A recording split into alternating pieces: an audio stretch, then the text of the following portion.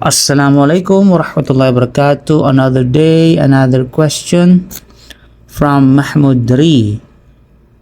Okay, ang tanong na ito noong pang November 3, 2025. 1:36 ng hapon ang tanong na ito. Okay, basahin natin ang kanyang tanong. Assalamualaikum Ustad, may tanong po kami. Kasi ayaw namin gumawa ng isang bagay na hindi namin namamalayan na makagawa na kami ng kasalanan o di kaya't makagawa ng haram. Kasi ito ay karamihan ginagamit ng mga OFW. Ang tinutukoy ko po Ustad ang STC Bank. May mga paandar sila, encouragement para sa mga user na mag-save na 4 na buwan mula 500 hanggang 10,000 Saudi Riyal. Ang kanilang program sa Numu, actually Numu Plus yun. Tapos, pag nakapag-register dito, maaring ang user ay manalo ng pera, gadgets at kotse. Ito po ba ay pinahintulutan sa mga Muslim user gaya ko? Hindi po ba ako magkakasala dito or makagawa ng haram? Salamat Ustad. Naway marami pa kagaya mo na nagpapaliwanag sa mga bagay na ayon sa batas ng Islam. Panalangin ko na panatilihin ang iyong lakas at kalusugan at iyong mga pamilya. Allahumma amin. Mashallah, tabarakallah kapatid. Nakaka-touch naman po ang iyong mga panalangin. Mashallah. Kaya very emotional po. Emotional damage. So basahin.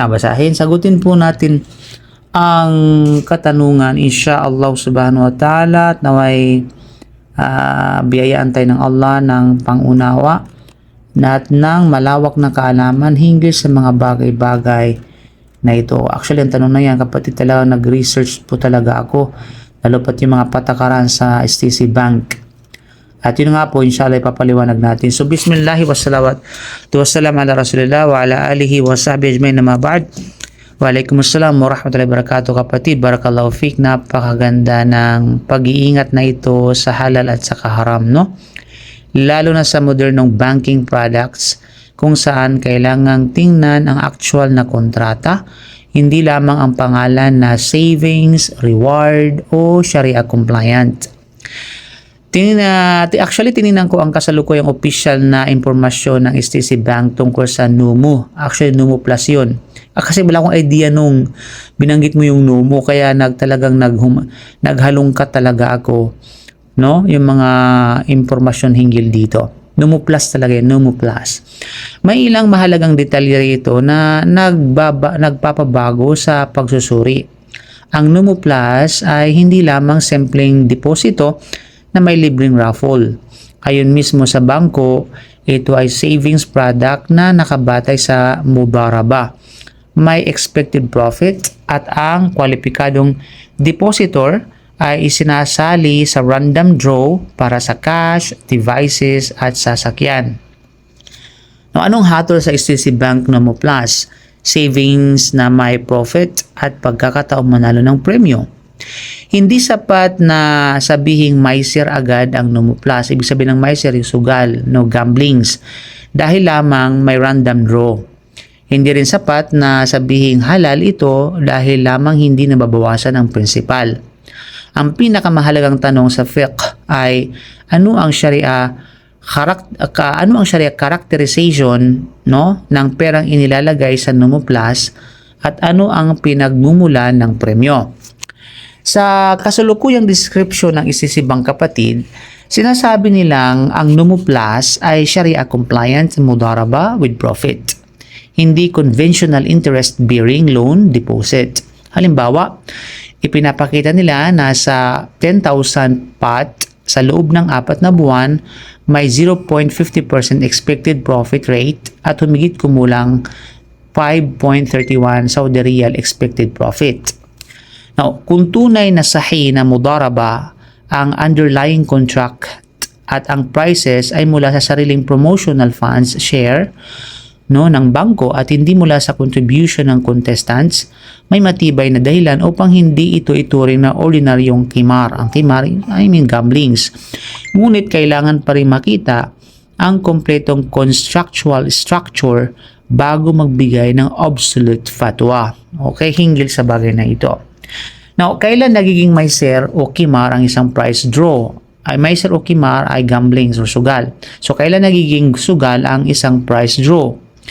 Unang-una, sinabi ng Allah subhanahu wa ta'ala sa Suratul Ma'idah, Ya ayyuhalladhina amanu innamal khamru wal maisiru wal ansabu wal azlamu rijsun min amali syaitan fajtanibuhu la'allakum tuflihun.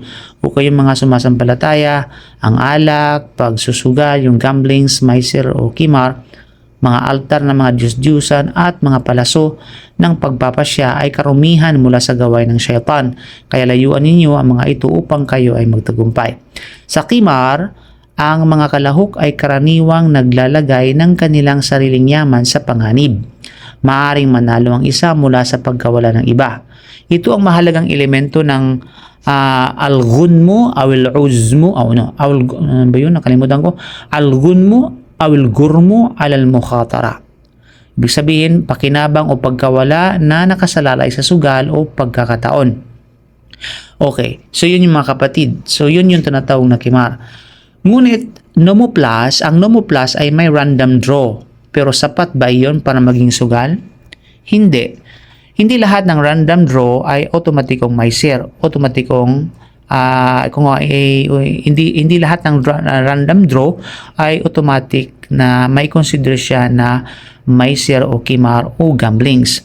Halimbawa, kung isang merchant ay nagsabi, lahat ng customers ngayong buwan ay maaring mapasama sa libreng draw. Wala kayong dagdag na babayaran at hindi namin itinaasa ng presyo dahil dito. So, ang pagkakaroon lamang ng random winner ay hindi automatikong nangangahulugang kimar. Kailangang tingnan kung nagbayad ang participant ng consideration para sa chance na manalo o inilagay niya ang kanyang ari-arian sa panganib para rito. Sa Nomoplas, sinasabi ng STC Bank kapatid na pagkatapos makumpleto ang savings goal, ang customer ay papasok sa random draw habang nanatili sa kanya ang kanyang savings. Kapag maagang huminto, nanatili rin sa kanya account ang savings ngunit mawawala ang eligibility niya sa rewards. Iyan ay mahalagang pagkakaiba mula sa ordinaryong lottery. Ngunit may mas mahalagang tanong, ano ang nature ng deposit? Dito pumapasok ang usapin ng riba. Kung ang pera ay isang ordinaryong card or loan, ang ibig sabihin ng card ay loan, ordinaryong loan sa bangko at sinabi ng bangko, ipahiram o deposito mo sa amin ang pera at dahil dito bibigyan ka namin ng monetary benefits o chance sa price. Magkakaroon ng seryosong problema sa fiqh dahil sa benefit attached to a loan. Ngunit ang official na description ng Nomoplas ay nagsasabing Sharia compliant at gumagamit ng mudaraba structure. At ito ay mahalaga. Okay? So ano ang mudaraba by the way? Sa mudaraba kasi kapatid, ang customer ay Rabbul Mal, na provider ng capital, yun ang customer. Yan ang Rabbul Mal. Ang financial institution ay mudarib. Ang ibig sabihin ng mudarib ay manager, investor ng kapital. Ang tunay na profit ay hinahati ayon sa napagkasunduan. Hindi dapat maging conventional guaranteed interest ang return. Kaya ang salitang 0.50% expected profit ay kailangang maunawaan ng tama. Kung ito ay tunay na expected or indicative return, at ang actual return ay bunga ng Sharia compliant, mudaraba is an investment, iba yun sa conventional interests. Ngunit kung sa actual na kontrata ay guaranteed fixed return or principal regardless of investment performance, hindi sapat ang pagtawag dito na mudaraba. Kailangang muling suriin ang substance ng kontrata. Ang STC Bank ay gumagamit din ng mudaraba structure sa official nitong Smart Saver terms. So ano naman ang premyo, no? So ito ang pinakamahalagang bahagi ng iyong tanong. Ayon sa Nomoplas, 500 Saudi Riyal, 1,000, 5,000 o 10,000 ang savings goals, no? 4 na buwan ang savings period. Kailangang makumpleto ang goal upang maging eligible. Random ang pagpili ng winners. Mas mataas na savings category, mas mataas ang available reward. At maaaring cash, device, voucher o sasakyan ng price. Kung ganito ang structure which is customer's capital to manatiling sa kanya Mudaraba capital at price galing sa sariling promotional fund or share ng bank, at walang entrance fee, ticket purchase for feature ng capital, pooling ng participants money para ibigay sa winners. So malaki ang pagkakaiba nito sa classical gambling. Okay? Ngunit kung ang premyo ay pinupundahan ng mga depositor, dito maaaring magbago ang hatol. Halimbawa, 10,000 katao ang nagdeposito at bahagi ng kanilang entitlement or profit ay kinuha upang gumawa ng prize pool. Marami ang nawalan ng bahagi ng kanilang karapatan. Ilan ang mananalo sa pamamagitan ng chance? Ito ay maaaring magkaroon ng malinaw na katangian ng maiser o kimar. Sa makatuwid, mahalagang malaman, may yatahammalu taklifat al-jawaiz. Sino talaga ang nagbabayad sa mga premyo? Dapat transparent yun. Ito ang isa sa mga dapat makita sa full terms. Okay? So, kailangan tingnan nyo yung full terms sa pagitan nyo at saka ng Stacy Bank. Hindi rin sapat ang argumentong wala namang nawawala sa principal ko . Ito ay mahalagang punto. Ang pagiging buo ng principal ay isang factor, ngunit hindi ito nag-iisang criterion. No? Maaari magkaroon pa rin ng sharia issue kung halimbawa ang deposit mismo ay interest-bearing loan, may hidden participation fee, may forfeited entitlement, ang price ay contractual benefit sa isang CARB, sa isang loan, o ang price pool ay galing sa mga participants. Kaya ang pagsusuri ay dapat sa kabuang contractual relationship. So ano ang dapat suriin sa terms and condition? Bago magbigay ng categorical ruling sa Nomoplas, ito ang mahalagang tanong. Okay? Yung mga dapat suriin saka bakit mahalaga. Ano ang contract? Mudaraba ba talaga o loan or loan deposit? Yan, malalim kasi malaking pagkakaibanan. Guaranteed ba ang principal? Mahalaga sa validity ng mudaraba structure yun. Expected o guaranteed ang profit? So ang guaranteed interest like return ay ibang usapin. No. Saan galing ang prices? Bank promotional funds ba or participants' money? May participation fee ba? Maaari itong magpasok ng kimar. May nawawalang pera, profit. Mayroon bang nawawalang pera o profit kapag hindi nanalo? Mahalaga sa Meiser analysis yan. Tumataas ba ang chance dahil mas maraming pera ang inilalagay? So kailangan suriin kasama ng source ng price at nature ng contract. May Sharia board approval ba? So mahalaga kung sino ang nag-review ng actual contracts at mechanism. Saan ini-invest ang mudaraba funds? Dapat Sharia compliant din ang investment activities. So ano ang legal Sharia treatment ng early withdrawal? So maaaring maglantad ng hidden penalties o forfeitures. So isang mahalagang detalye sa Nomoplas, kapatid, ang official na page ay nagsasabing kapag hindi mo natapos ang savings challenge, mawawala ang eligibility mo sa rewards, ngunit manatili sa account mo ang iyong savings. Ito ay isang mahalagang indikasyon laban sa simpleng characterization na nagbayad siya ng pera, natalo sa draw, kaya nawala ang kanyang pera. Hindi iyon ang structure na inarawan ng Stacy Bank. Gayunpaman, kailangan pa rin malaman kung paano pinupunduhan ang prices at paano eksaktong gumagana ang mudaraba profit arrangement. Kaya ano ang hatol sa Nomoplas talaga? Batay lamang sa kasalukuyang publicly disclosed informing ng Stacy Bank, hindi ko nakikitang sapat ang batayan upang sabihing ito ay malinaw na Meiser dahil may raffle. May material differences ito sa ordinaryong lottery. Walang nakasaad na separate ticket fee, na tili ang savings ng customer at inlarawan ng bangko ang underlying savings arrangement bilang Sharia compliant mudaraba with profit. Ngunit hindi rin narapat sabihin ng walang qualification. Tiyak na halal ang lahat ng aspeto nito. Hindi rin narapat sabihin ng ganun bagay. Sapagkat hindi natin nakikita sa public fact, ibig sabihin FAQ, baka may ibang narinig nyo, FAQ, ang lahat ng detalye tungkol sa source of price funding, Sharia governance, risk allocation, at full mudaraba contractual mechanism. Okay? Kaya andun tayo sa prinsipyo ng pag-iingat, kapatid. Kaya sinabi ng Propeta Salam, innal halala bayyinun wa innal harama bayyinun wa bainahuma mutashabihat la ya'lamuhunna kathirun minan nas wa man ittaqa syubahat sabra lidinihi wa irde. Muttafaqun alay. Tunay na malinaw ang halal at malinaw ang haram. At sa pagitan ng mga ito ay may mga bagay na hindi malinaw sa mga maraming tao.